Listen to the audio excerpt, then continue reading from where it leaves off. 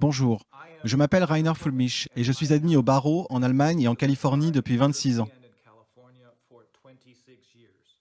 J'ai pratiqué le droit principalement en tant qu'avocat plaidant contre des sociétés frauduleuses telles que la Deutsche Bank, autrefois l'une des plus grandes banques du monde et des plus respectées. Aujourd'hui, l'une des organisations criminelles les plus toxiques au monde. Volkswagen, l'un des constructeurs automobiles les plus importants et les plus respectés au monde, aujourd'hui connu pour sa fraude géante sur le diesel, et Kuehne et Nagel, la plus grande compagnie maritime du monde, que nous poursuivons dans une affaire de corruption de plusieurs millions de dollars. Je suis également l'un des 4 membres de la commission d'enquête allemande sur le corona. Depuis le 10 juillet 2020, ce comité écoute un grand nombre de témoignages de scientifiques et d'experts internationaux pour trouver des réponses aux questions sur la crise du corona, que de plus en plus de personnes dans le monde entier se posent. Tous les cas de corruption et de fraude commis par les entreprises allemandes mentionnées ci-dessus sont dérisoires en comparaison de l'ampleur des dommages que la crise du corona a causé et continue de causer. Cette crise du corona, selon ce que nous savons aujourd'hui, doit être baptisée « scandale du corona ». Et les responsables de cette crise doivent être poursuivis pénalement et pour dommages civils. Sur le plan politique, tout doit être fait pour que plus jamais personne ne soit en position de pouvoir tromper l'humanité ou tenter de nous manipuler avec ses programmes corrompus.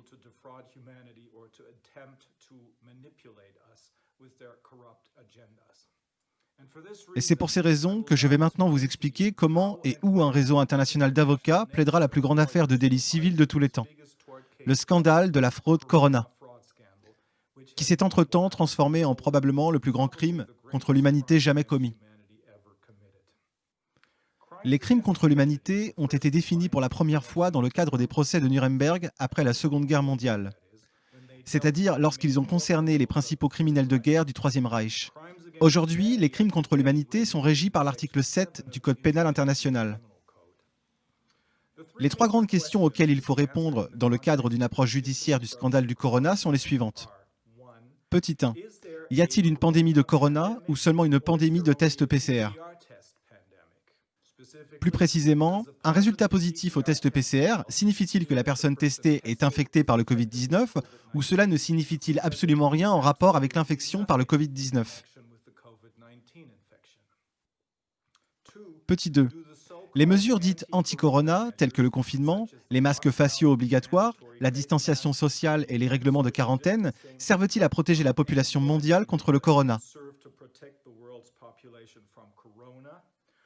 Ou ces mesures ne servent-elles qu'à faire paniquer les gens pour qu'ils croient, sans se poser de questions, que leur vie est en danger, afin qu'en fin de compte, les industries pharmaceutiques et technologiques puissent générer d'énormes profits grâce à la vente des tests PCR, tests antigènes et anticorps et vaccins, ainsi qu'à la récolte de nos empreintes digitales génétiques.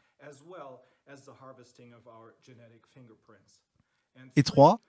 Est-il vrai que le gouvernement allemand a fait l'objet d'un lobbying massif? Plus que tout autre pays. Les principaux protagonistes de cette soi-disant pandémie de corona, M. Drosten, virologiste à l'hôpital de la Charité à Berlin, M. Wheeler, vétérinaire et chef de l'équivalent allemand du CDC, le RKI, et M. Tedros, chef de l'Organisation mondiale de la santé, ou OMS. On fait savoir que l'Allemagne était un pays particulièrement discipliné et qu'elle devait donc devenir un modèle pour le reste du monde pour son respect strict et bien sûr réussi des mesures de lutte contre le corona. Il est urgent de répondre à ces 3 questions, car le coronavirus prétendument nouveau et très dangereux n'a causé aucune surmortalité dans le monde, et certainement pas ici en Allemagne. Mais les mesures anti-corona, dont les seuls fondements sont les résultats du test PCR, qui sont à leur tour tous basés sur le test allemand Drosten, ont entre-temps causé la perte d'innombrables vies humaines et ont détruit l'existence économique d'innombrables entreprises et individus dans le monde entier. En Australie, par exemple, des personnes sont jetées en prison si elles ne portent pas de masque ou si elles ne le portent pas correctement selon les autorités. Aux Philippines, les personnes qui ne portent pas de masque ou qui ne le portent pas correctement, en ce sens, se font tirer une balle dans la tête. Permettez-moi tout d'abord de vous donner un résumé des faits tels qu'ils se présentent eux-mêmes aujourd'hui. La chose la plus importante dans un procès est d'établir les faits, c'est-à-dire de découvrir ce qui s'est réellement passé. En effet, l'application de la loi dépend toujours des faits en cause.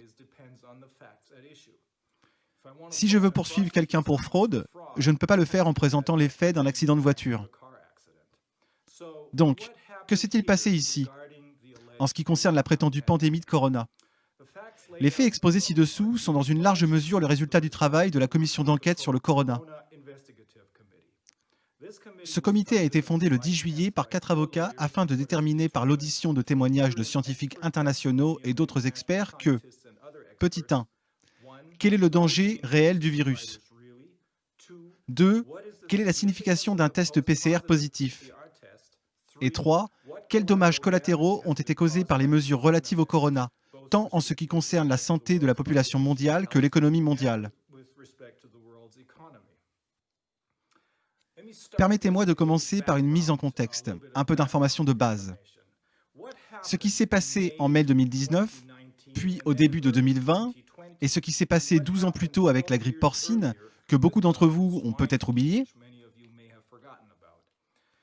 En mai 2019, le plus fort des deux partis qui gouvernent l'Allemagne au sein d'une grande coalition, la CDU, a tenu un congrès sur la santé mondiale. Apparemment, à la demande d'importants acteurs de l'industrie pharmaceutique et de l'industrie technologique. Lors de ce congrès, the usual suspects, pourrait-on dire, ont prononcé leur discours. Angela Merkel y était et le secrétaire allemand à la santé, Jens Spahn. Mais d'autres personnes, auxquelles on ne s'attendait pas forcément à ce qu'ils assistent à un tel rassemblement, étaient également présents. Le professeur Drosten, virologue de l'hôpital de la Charité à Berlin, le professeur Wheeler, vétérinaire et directeur du RKI, l'équivalent allemand du CDC, ainsi que M. Tedros, philosophe et directeur de l'Organisation mondiale de la santé, l'OMS. Ils y ont tous prononcé des discours. Les principaux lobbyistes des deux plus grands fonds de santé du monde, à savoir la fondation Bill et Melinda Gates et le Wellcome Trust, étaient également présents et ont prononcé des discours. Moins d'un an plus tard, ces mêmes personnes ont pris les devants dans la proclamation de la pandémie mondiale de Corona. Ils ont fait en sorte que des tests PCR de masse soient utilisés pour prouver les infections massives au Covid-19 dans le monde entier et font maintenant pression pour que des vaccins soient inventés et vendus dans le monde entier. Ces infections, ou plutôt les résultats positifs des tests PCR, sont à leur tour devenus la justification du confinement mondial, de la distanciation sociale et des masques faciaux obligatoires. Il est important de noter à ce stade que la définition d'une pandémie a été modifiée 12 ans plus tôt. Jusqu'alors, une pandémie était considérée comme une maladie qui se propageait dans le monde entier et qui entraînait de nombreuses maladies graves et des décès. Soudain, et pour des raisons jamais expliquées, elle était censée être uniquement une maladie mondiale. De nombreuses maladies graves et de nombreux décès n'étant plus nécessaires pour annoncer une pandémie. Grâce à ce changement, l'OMS, qui est étroitement liée à l'industrie pharmaceutique mondiale, a pu déclarer la pandémie de grippe porcine en 2009, avec pour résultat que des vaccins ont été produits et vendus dans le monde entier sur la base de contrats qui ont été tenus secrets jusqu'à aujourd'hui. Ces vaccins se sont révélés totalement inutiles, car la grippe porcine s'est finalement révélée être une grippe bénigne et n'est jamais devenue l'horrible fléau que l'industrie pharmaceutique et ses universités affiliées ne cessaient d'annoncer qu'elles allaient devenir, avec des millions de morts certaines si les gens ne se faisaient pas vacciner. Ces vaccins ont également entraîné de graves problèmes de santé. En Europe, environ 700 enfants sont tombés incurablement malades de narcolepsie et sont maintenant gravement handicapés pour toujours. Les vaccins, achetés avec des millions du contribuable, ont dû être détruits avec encore plus d'argent du contribuable. Déjà à l'époque, lors de la grippe porcine, le virologiste allemand Drosten était de ceux qui ont semé la panique dans la population en répétant sans cesse que la grippe porcine ferait des centaines de milliers, voire des millions de morts dans le monde entier. En fin de compte, c'est surtout grâce au docteur Wolfgang Wodarg et à ses efforts en tant que membre du Bundestag allemand et également membre du Conseil de l'Europe que ce canular a pu être arrêté avant qu'il n'entraîne des conséquences encore plus graves. Avance rapide jusqu'en mars 2020. Lorsque le Bundestag allemand a annoncé une situation épidémique d'importance nationale, qui est l'équivalent allemand d'une pandémie, en mars 2020, et sur cette base, le confinement avec la suspension de tous les droits constitutionnels essentiels pour une durée imprévisible, il n'y avait qu'une seule opinion sur laquelle le gouvernement fédéral allemand a fondé sa décision. En violation scandaleuse du principe universellement accepté audiatur et altera pars, qui signifie qu'il faut aussi entendre l'autre partie, la seule personne qu'ils ont écoutée était M. Drosten. C'est précisément cette personne dont le pronostic affreux, source de panique, s'était révélé catastrophiquement faux 12 ans plus tôt. Nous le savons parce qu'un dénonciateur du nom de David Sieber, membre du Parti vert, nous en a parlé. Il l'a fait pour la première fois le 29 août 2020 à Berlin, dans le cadre d'un événement auquel Robert F. Kennedy Jr. a également participé, et au cours duquel les deux hommes ont prononcé des discours. Et il l'a fait par la suite lors d'une des sessions de notre commission sur le corona. La raison pour laquelle il l'a fait, c'est qu'il était devenu de plus en plus sceptique quant aux récits officiels propagés par les politiciens et les grands médias. Il avait donc entrepris de s'informer des opinions d'autres scientifiques et les avait trouvées sur Internet. Là, il s'est rendu compte qu'il y avait un certain nombre de scientifiques de grande renommée qui avaient une opinion complètement différente, qui contredisait le pronostic horrible de M. Drosten.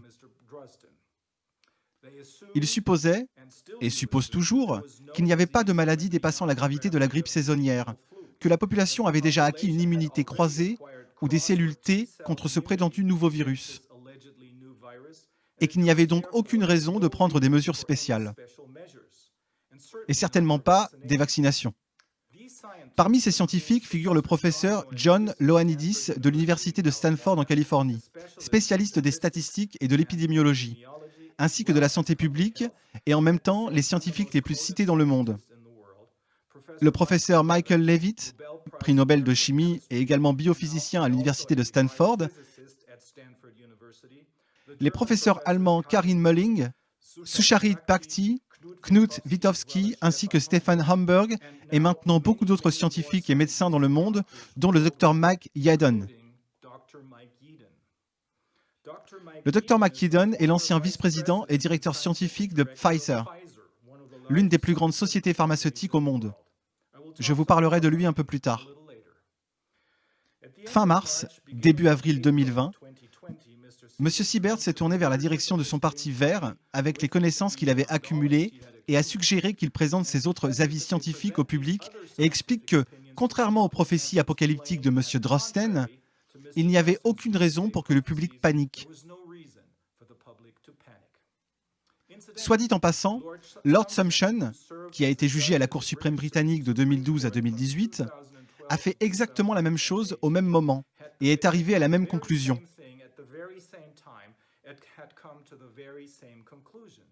Il n'y a aucune raison factuelle de paniquer et aucune base juridique pour les mesures prises liées au corona. De même, l'ancien président de la Cour constitutionnelle fédérale allemande a exprimé, bien que plus prudemment, de sérieux doutes quant à la constitutionnalité des mesures liées au corona. Mais au lieu de prendre note de ces autres opinions et d'en discuter avec David Siebert, la direction du Parti vert a déclaré que les messages de panique de M. Drosten étaient suffisants pour le Parti vert. N'oubliez pas qu'ils ne sont pas membres de la coalition au pouvoir, ils sont dans l'opposition. Mais pourtant, cela leur a suffi. Tout comme cela avait été suffisant pour le gouvernement fédéral comme base de sa décision de confinement, ont-ils dit. Par la suite, la direction du Parti vert a traité David Siebert de théoricien du complot, sans jamais avoir pris en compte le contenu de ces informations et l'a ensuite dépouillé de ses mandats. Examinons maintenant la situation actuelle concernant le danger du virus, l'inutilité totale des tests PCR pour la détection des infections et les confinements basés sur des infections inexistantes. Durant cette période, nous savons que les systèmes de soins de santé n'ont jamais été en danger d'être submergés par le Covid-19.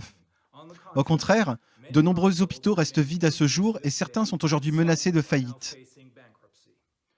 Le navire hôpital Comfort, ancré à l'époque à New York et qui aurait pu accueillir 1 millier de patients, n'a jamais accueilli plus d'une vingtaine de patients. Il n'y a eu nulle part de surmortalité. Des études menées par le professeur Ioannidis et d'autres ont montré que la mortalité du corona est équivalente à celle de la grippe saisonnière. Même les images de Bergame et de New York, qui ont servi à démontrer au monde que la panique était de mise, se sont avérées délibérément trompeuses. Ensuite, le soi-disant document de panique, rédigé par le département allemand de l'Intérieur, a été divulgué. Son contenu classifié montre, sans l'ombre d'un doute, que, en fait, la population a été délibérément poussée à la panique par les politiciens et les médias dominants. Les déclarations irresponsables du chef du RKI, qui l'accompagne, rappelez-vous, le CDC et M. Willers, qui a annoncé à plusieurs reprises et avec enthousiasme que les mesures liées au corona doivent être suivies sans condition par la population, sans qu'elle ne pose aucune question, montre qu'il a suivi le scénario tel quel. Dans ses déclarations publiques, il n'a cessé d'annoncer que la situation était très grave et menaçante, bien que les chiffres compilés par son propre institut prouvent exactement le contraire. Le document de panique demande entre autres que les enfants se sentent responsables, je cite, « de la mort douloureuse et torturée de leurs parents et grands-parents s'ils ne suivent pas les règles du corona, c'est-à-dire s'ils ne se lavent pas constamment les mains et ne se tiennent pas à l'écart de leurs grands-parents. »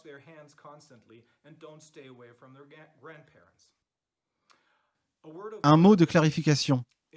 À Bergame, la grande majorité des décès, 94% pour être exact, se sont avérés être le résultat non pas du Covid-19, mais plutôt la conséquence de la décision du gouvernement de transférer les patients malades, probablement atteints du rhume ou de la grippe saisonnière, des hôpitaux vers les maisons de repos, afin de faire de la place dans les hôpitaux pour tous les patients atteints de Covid qui ne sont finalement jamais arrivés.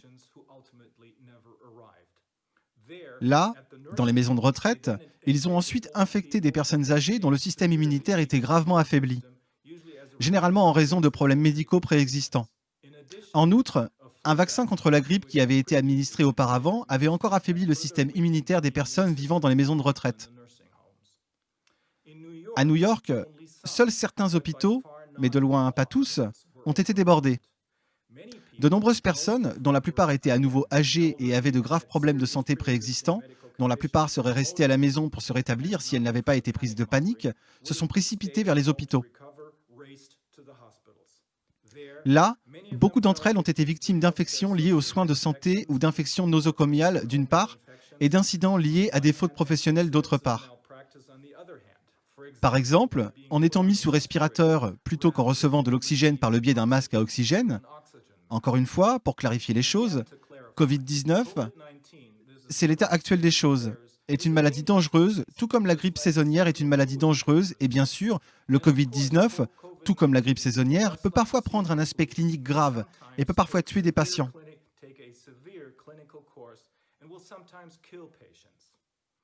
Cependant, comme l'ont montré les autopsies qui ont été pratiquées en Allemagne, notamment par le professeur de médecine légale Klaus Pöschel à Hambourg, les décès qu'il a examinés avaient presque tous été causés par des affections préexistantes graves et la quasi-totalité des personnes décédées étaient mortes à un âge très avancé, tout comme en Italie, ce qui signifie qu'elles avaient vécu au-delà de leur espérance de vie moyenne.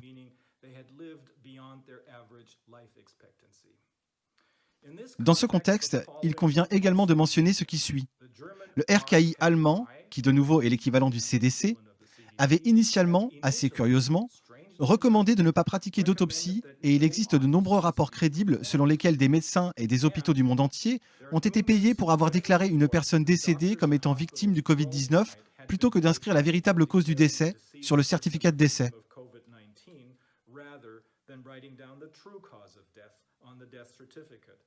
Comme par exemple une crise cardiaque ou une blessure par balle. Sans les autopsies, nous n'aurions jamais su que l'écrasante majorité des victimes présumées du Covid-19 étaient mortes de maladies complètement différentes, mais pas du Covid-19. L'affirmation selon laquelle le confinement était nécessaire, parce qu'il y avait tant d'infections différentes avec SARS-CoV-2 et parce que les systèmes de santé seraient débordés, est fausse, pour 3 raisons. Comme nous l'avons appris des auditions que nous avons menées avec la Commission sur le corona et d'autres données devenues disponibles entre-temps. A. Le confinement a été imposé alors que le virus était déjà en recul. Au moment où le confinement a été imposé, les taux d'infection présumés étaient déjà en baisse. B. Il existe une protection contre le virus grâce à l'immunité croisée ou à l'immunité des cellules T. Outre le confinement imposé alors que le taux d'infection était déjà en baisse mentionné ci-dessus, il existe également une immunité croisée ou une immunité des cellules T dans la population générale contre les virus corona contenus dans chaque vague de grippe ou influenza.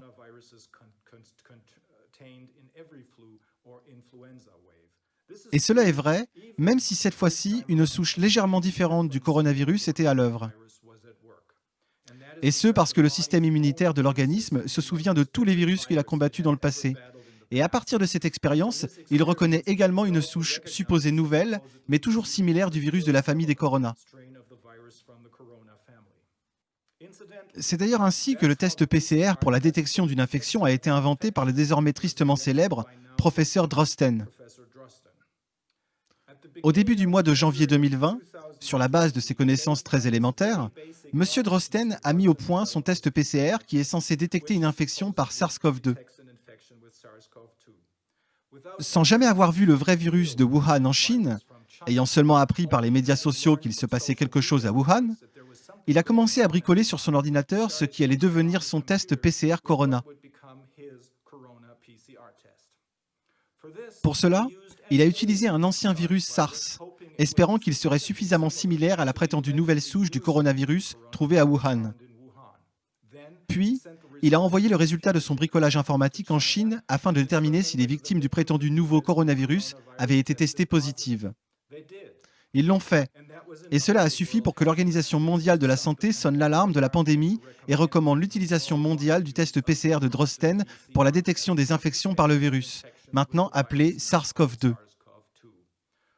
L'avis et les conseils de Drosten ont été, et il faut le souligner une fois de plus, la seule source pour le gouvernement allemand lorsqu'il a annoncé le confinement, ainsi que les règles de distanciation sociale et le port du masque obligatoire. Et il faut également souligner, une fois de plus, que l'Allemagne est apparemment devenue le centre d'un lobbying particulièrement massif de l'industrie pharmaceutique et technologique, car le monde, en référence aux Allemands prétendument disciplinés, devait faire comme les Allemands afin de survivre à la pandémie. C. Et c'est la partie la plus importante de notre enquête. Le test PCR est utilisé sur la base de fausses déclarations et non sur la base de faits scientifiques concernant les infections. Dans l'intervalle, nous avons appris que ces tests PCR, contrairement aux affirmations de M. Drosten et de M. Wheeler et de l'OMS, ne donnent aucune indication d'une infection par un virus quelconque, et encore moins d'une infection par SARS-CoV-2. Il convient de noter que non seulement les tests PCR ne sont expressément pas approuvés à des fins de diagnostic, comme cela a été correctement indiqué sur les brochures accompagnant ces tests, et comme l'a souligné à plusieurs reprises l'inventeur du test PCR, Karim Mullis. Au contraire, ils sont tout simplement incapables de diagnostiquer une quelconque maladie. Contrairement aux affirmations de Drosten, Wheeler et de l'OMS, qu'ils font depuis la proclamation de la pandémie. Un résultat positif au test PCR ne signifie pas qu'une infection est présente. Si une personne est testée positive, cela ne signifie pas qu'elle est infectée par quoi que ce soit, et encore moins par le virus SARS-CoV-2 qui est contagieux. Même le CDC des États-Unis, même cette institution dit, est d'accord avec ça, et je cite directement la page 38 d'une de ses publications sur le coronavirus et les tests PCR, datée du 13 juillet 2020. Le premier point dit « La détection de l'ARN viral ne peut pas indiquer la présence d'un virus infectieux ou que 2019 nCoV soit l'agent causal des symptômes cliniques. » Le deuxième point indique ceci. La performance de ce test n'a pas été établie pour le suivi de traitement de l'infection à 2019 nCoV. Le troisième point dit « Ce test ne peut pas exclure les maladies causées par d'autres pathogènes bactériens ou viraux. » On ne sait toujours pas si le virus de Wuhan a été isolé de manière scientifiquement correcte, de sorte que personne ne sait exactement ce que nous recherchons lorsque nous effectuons des tests. D'autant plus que ce virus, tout comme le virus de la grippe, mute rapidement. Les échanges des PCR prennent une ou deux séquences d'une molécule qui sont invisibles à l'œil humain et doivent donc être amplifiées en plusieurs cycles pour la rendre visible.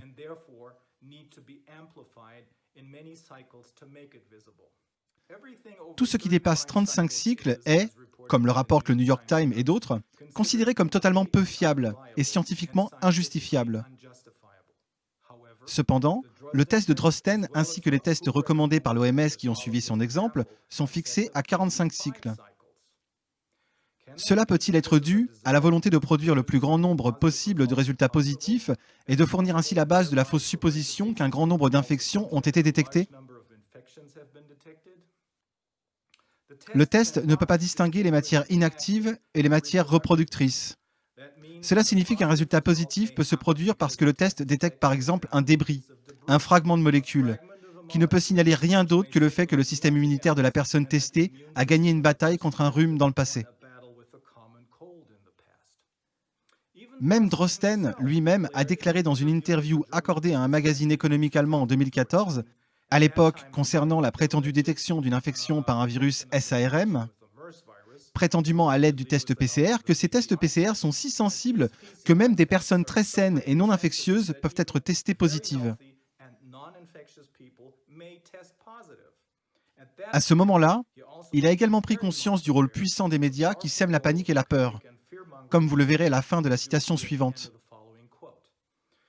Il a dit alors dans cette interview, je cite, « Si par exemple, un tel agent pathogène se répand sur la muqueuse nasale d'une infirmière pendant un jour ou deux sans qu'elle ne tombe malade ou ne remarque rien, alors elle est soudainement un cas SARM.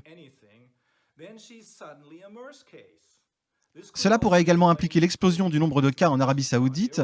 De plus, les médias de ce pays en ont fait une incroyable sensation. » Fin de citation.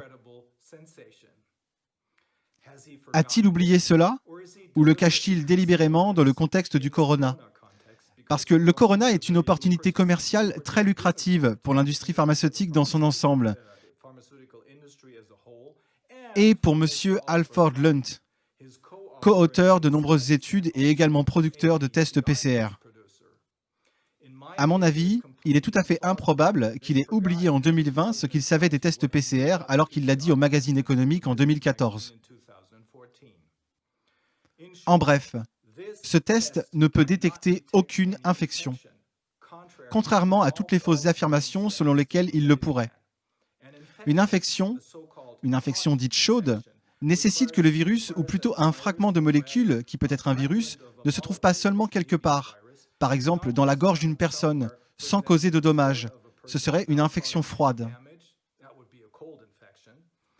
Par contre, une infection chaude, qui nécessite que le virus pénètre dans les cellules, s'y reproduise et provoque des symptômes, tels que des maux de tête ou de gorge, ce n'est qu'à ce moment-là qu'une personne est réellement infectée dans le sens d'une infection chaude. Car ce n'est qu'à ce moment-là qu'une personne est contagieuse, c'est-à-dire capable d'infecter d'autres personnes. Jusque-là, elle est totalement inoffensive, tant pour l'hôte que pour toutes les autres personnes avec lesquelles elle entre en contact. Une fois de plus, cela signifie que des résultats de tests positifs, contrairement à toutes les autres affirmations de Drosten, Wheeler ou de l'OMS, ne signifient rien en ce qui concerne les infections. Et ça, même le CDC le sait, comme cité plus haut. Entre-temps, un certain nombre de scientifiques très respectés dans le monde entier supposent qu'il n'y a jamais eu de pandémie de corona, mais seulement une pandémie de tests PCR. C'est la conclusion à laquelle sont parvenus de nombreux scientifiques allemands tels que les professeurs Pachty, Reiss, Milling, Ockert, Wallach et bien d'autres, dont le professeur John Ioannidis, mentionné ci-dessus, et le professeur Michael Levitt de l'université de Stanford, lauréat du prix Nobel. Le plus récent de ces avis est celui du Dr Mike Hayden, ancien vice-président et directeur scientifique de Pfizer, qui a occupé ce poste pendant 16 ans. Lui et ses co-auteurs, tous des scientifiques de renom, ont publié un article scientifique en septembre 2020 et il a écrit un article de magazine correspondant le 20 septembre 2020. Entre autres choses, il déclare, et je cite, « Nous basons notre politique gouvernementale, notre politique économique et la politique de restriction des droits fondamentaux vraisemblablement sur des données et des hypothèses complètement fausses concernant le coronavirus. Sans les résultats des tests qui sont constamment rapportés dans les médias, la pandémie serait terminée car rien ne s'est vraiment passé. Bien sûr, il existe des cas individuels de maladies graves, mais il y en a aussi dans chaque épidémie de grippe. Il y a eu une véritable vague de maladies en mars et avril, mais depuis lors, tout est rentré dans l'ordre. Seuls les résultats positifs augmentent et diminuent de façon spectaculaire selon le nombre de tests effectués. Mais les cas réels de maladies sont terminés. On ne peut pas parler d'une deuxième vague. La prétendue nouvelle souche du coronavirus n'est, poursuit le Dr Yeadon, que nouvelle, et il s'agit d'un nouveau type de virus, corona, connu depuis longtemps. Il existe au moins 4 coronavirus endémiques qui provoquent certains des rhumes, les plus fréquents que nous connaissons, surtout en hiver. Ils présentent tous une similarité de séquence frappante avec le coronavirus. Et comme le système immunitaire humain peut reconnaître la similarité avec le virus qui aurait été découvert récemment, une immunité des cellules T existe depuis longtemps à cet égard. 30% de la population en bénéficiait avant même l'apparition du prétendu nouveau virus. Il suffit donc, pour que la soi-disant immunité collective soit efficace, que 15 à 25% de la population soit infectée par le prétendu nouveau coronavirus pour arrêter la propagation du virus. Et c'est le cas depuis longtemps. En ce qui concerne l'importance des tests PCR, Yeadon écrit dans un article intitulé « Mensonges, maudits mensonges et statistiques sanitaires. Le danger mortel des faux positifs » daté du 20 septembre 2020, et je cite « La probabilité qu'un cas apparemment positif soit un faux positif se situe entre 89 et 94% ou proche de la certitude. » Le Dr Yeadon, en accord avec les professeurs d'immunologie, Camera d'Allemagne, Capel des Pays-Bas et de Cahill en Irlande, ainsi qu'avec un microbiologiste autrichien, le Dr Harvey, qui ont tous témoigné devant la commission allemande sur le corona, souligne explicitement qu'un test positif ne signifie pas qu'un virus intact a été trouvé.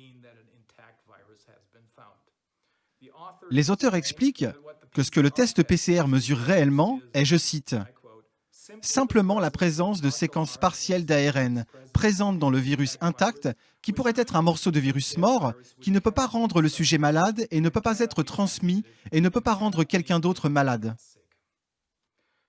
En raison de l'inadéquation totale du test pour la détection des maladies infectieuses, testé positif chez les chèvres, les moutons, les papayes et même les ailes de poulet, le professeur d'Oxford Carl Heneghan, directeur du Centre de médecine factuelle, écrit que le virus Covid ne disparaîtrait jamais si cette pratique de test était poursuivie, mais serait toujours faussement détectée dans une grande partie de ce qui est testé. Les confinements, comme l'ont découvert Yeadon et ses collègues, ne fonctionnent pas.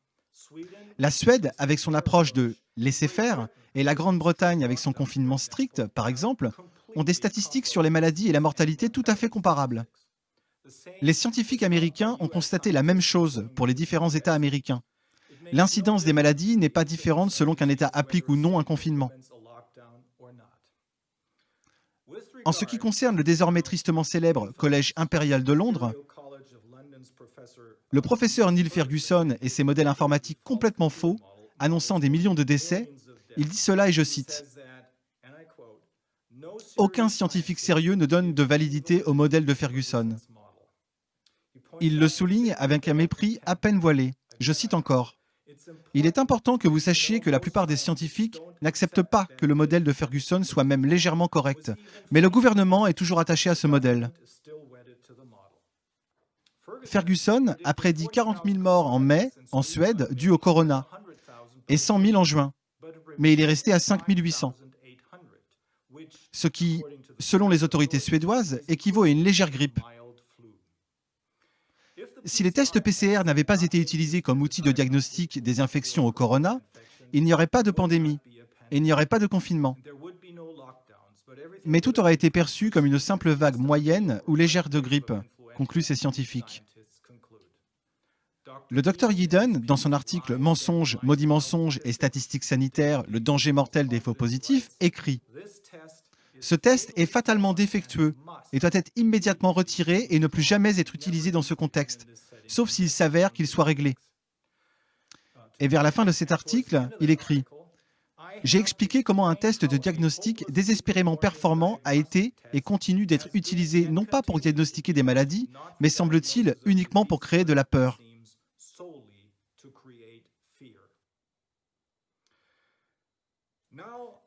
Examinons à présent la situation actuelle concernant les graves dégâts causés par le confinement et les autres mesures. Un autre document détaillé, rédigé par un fonctionnaire allemand du département de l'Intérieur, responsable de l'évaluation des risques et de la protection de la population contre les risques, a récemment fait l'objet d'une fuite. Il est maintenant appelé le document de fausse alerte. Ce document arrive à la conclusion qu'il y avait et qu'il n'y a pas de preuves suffisantes de risques sanitaires graves pour la population, comme le prétendent Drosten, Wheeler et l'OMS. Mais, dit l'auteur, il existe de nombreuses preuves que les mesures liées au corona causent des dommages sanitaires et économiques gigantesques à la population, qu'il décrit ensuite en détail dans ce document. Cela, conclut-il, entraînera des demandes de dommages et intérêts très élevés dont le gouvernement sera tenu responsable. Cela est maintenant devenu une réalité, mais l'auteur du document a été, en revanche, suspendu. Davantage de scientifiques, mais aussi de juristes, reconnaissent que du fait de la panique délibérée et des mesures liées au corona rendues possibles par cette panique, la démocratie risque fort d'être remplacée par des modèles totalitaires fascistes.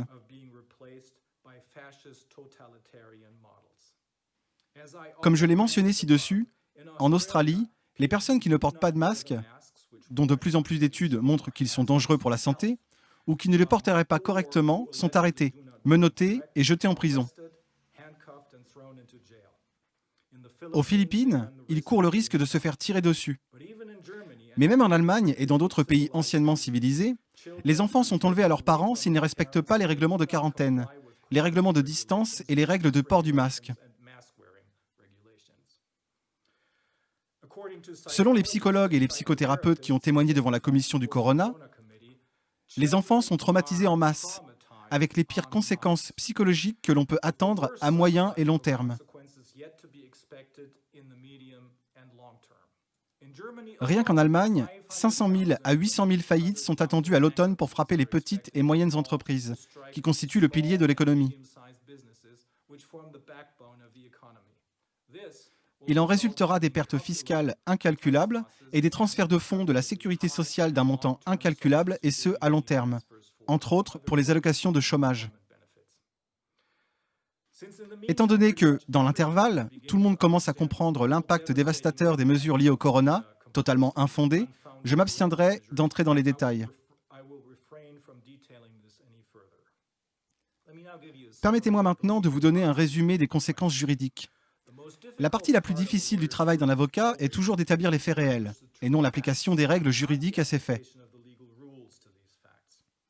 Malheureusement, un avocat allemand n'apprend pas cela à la faculté de droit, mais ses homologues anglo-américains reçoivent la formation nécessaire à cet effet dans leur faculté de droit. Et probablement pour cette raison, mais aussi en raison de l'indépendance beaucoup plus prononcée du système judiciaire américain, anglo-américain, le droit de la preuve anglo-américain est beaucoup plus efficace, en pratique, que le droit allemand. Une cour de justice ne peut trancher correctement un litige que si elle a préalablement déterminé correctement les faits, ce qui n'est pas possible sans examiner toutes les preuves. C'est pourquoi le droit de la preuve est si important. Sur la base des faits résumés ci-dessus, en particulier ceux établis avec l'aide des travaux de la commission allemande du Corona, l'évaluation juridique est en fait simple.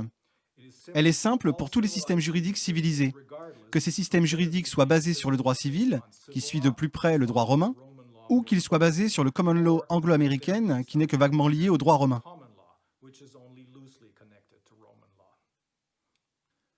Examinons d'abord l'inconstitutionnalité des mesures. Un certain nombre de professeurs de droit allemand, dont les professeurs King-Green, Mersvik, Youngblood et Foscaro, ont déclaré, soit dans des avis d'experts écrits, soit lors d'entretiens, conformément aux doutes sérieux exprimés par l'ancien président de la Cour constitutionnelle fédérale quant à la constitutionnalité des mesures de Corona, que ces mesures, les mesures liées au Corona, sont sans fondement factuel suffisant et également sans fondement juridique suffisant et sont donc inconstitutionnelles et doivent être abrogées immédiatement.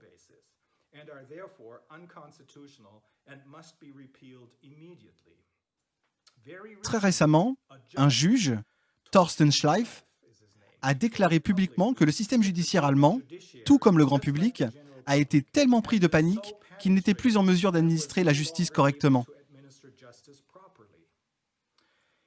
Il a déclaré que les tribunaux, je cite, ont trop rapidement adopté des mesures contraignantes qui, pour des millions de personnes dans toute l'Allemagne, représentent une suspension massive de leurs droits constitutionnels.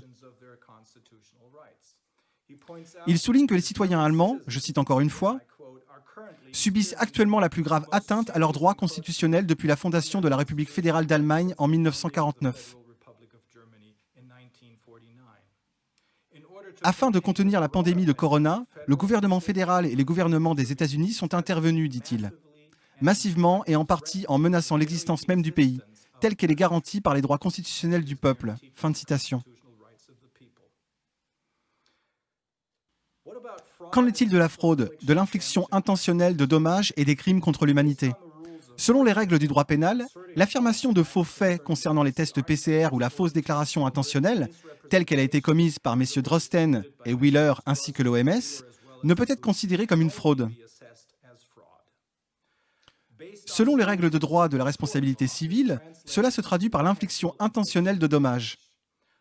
Le professeur allemand de droit civil Martin Schwab soutient cette conclusion dans des interviews publiques, dans un avis juridique complet d'environ 180 pages. Il s'est familiarisé avec le sujet comme aucun autre juriste ne l'a fait jusqu'à présent et a notamment fourni un compte-rendu détaillé de l'échec complet des médias dominants à rendre compte des faits réels de cette prétendue pandémie.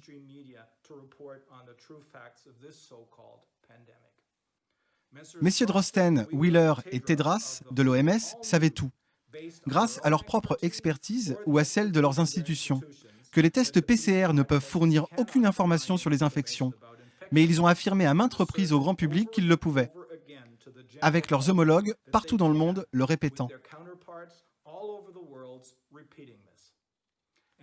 Et ils savaient et acceptaient tous que, sur la base de leurs recommandations, les gouvernements du monde entier décideraient du confinement, des règles de distanciation sociale et du port obligatoire de masques.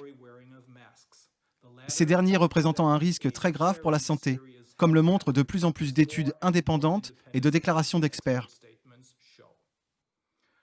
Selon les règles du droit de la responsabilité civile, tous ceux qui ont été lésés par ces confinements induits par les tests PCR ont droit à une indemnisation complète de leurs pertes. Il existe notamment un devoir de compensation, c'est-à-dire une obligation de verser des dommages et intérêts pour le manque à gagner subi par les entreprises et les travailleurs indépendants en raison du confinement et d'autres mesures. Cependant, entre-temps, les mesures anti-corona ont causé et continuent de causer des dommages si dévastateurs à la santé et à l'économie de la population mondiale que les crimes commis par messieurs Drosten, Wheeler et l'OMS doivent être légalement qualifiés de véritables crimes contre l'humanité, tels que définis dans la section 7 du Code pénal international.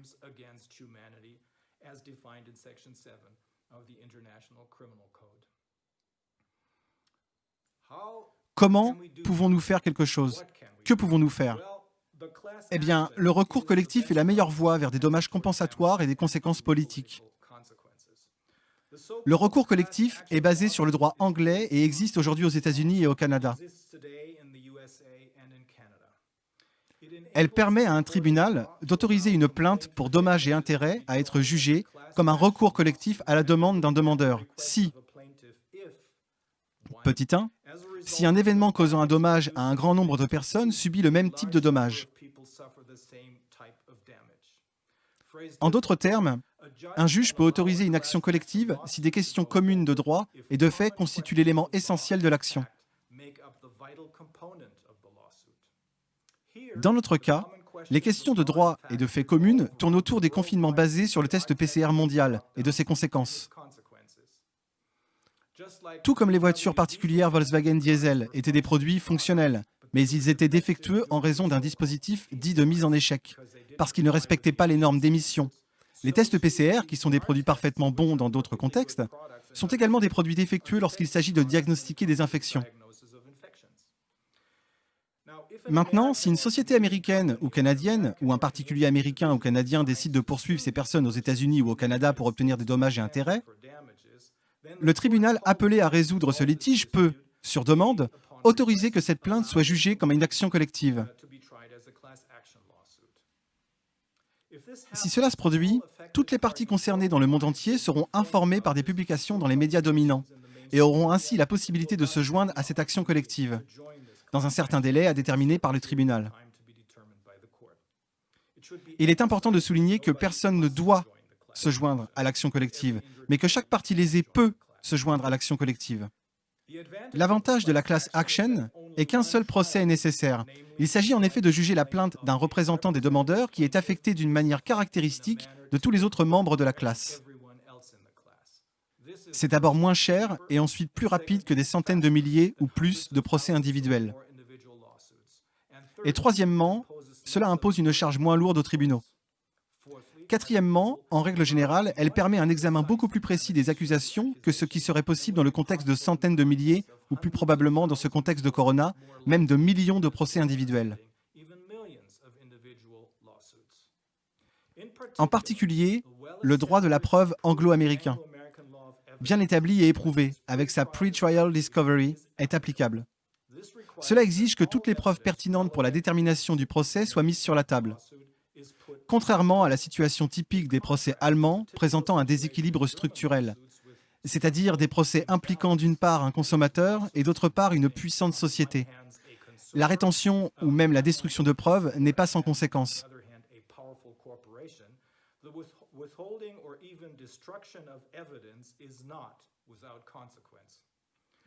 Au contraire, la partie qui retient ou même détruit des preuves perd l'affaire, selon ces règles relatives aux preuves. Ici, en Allemagne, un groupe d'avocats spécialisés dans la responsabilité civile s'est réuni pour aider ses clients à recouvrer des dommages et intérêts. Ils ont fourni toutes les informations et formulaires nécessaires aux demandeurs allemands pour leur permettre d'estimer le montant des dommages qu'ils ont subis et de rejoindre le groupe ou la classe de demandeurs qui se joindra plus tard à l'action collective lorsqu'elle sera engagée, soit au Canada ou aux États-Unis. Au départ, ce groupe d'avocats a considéré également le recueil et la gestion des témoignages pour les dommages des plaintifs non allemands. Mais cela a été prouvé ingérable. Cependant, grâce à un réseau international d'avocats qui s'élargit de jour en jour, le groupe d'avocats allemands fournit gratuitement à tous leurs collègues des autres pays toutes les informations pertinentes, y compris les avis d'experts et les témoignages d'experts, montrant que les tests PCR ne peuvent pas détecter les infections.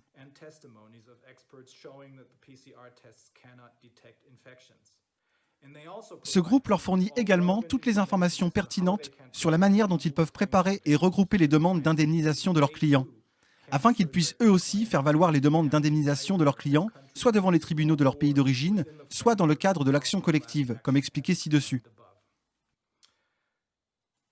Ces faits scandaleux, relatifs au corona, recueillis pour la plupart par la commission du corona et résumés ci-dessus, sont les mêmes faits qui seront bientôt prouvés, soit dans un tribunal, soit dans de nombreux tribunaux du monde entier.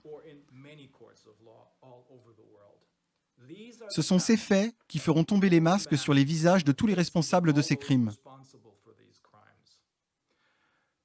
Aux politiciens qui croient ces personnes corrompues, ces faits présentés ici comme une bouée de sauvetage qui peut vous aider à réajuster votre ligne de conduite et à entamer le débat scientifique public tant attendu, et à ne pas tomber dans le piège de ces charlatans et de ces criminels.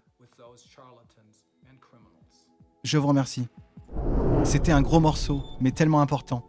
Je remercie les gens qui me soutiennent. Vous pouvez le faire via PayPal ou Tipeee. N'oubliez pas de vous abonner si ça n'est pas déjà fait. Et le plus important bien sûr, partagez. À très bientôt.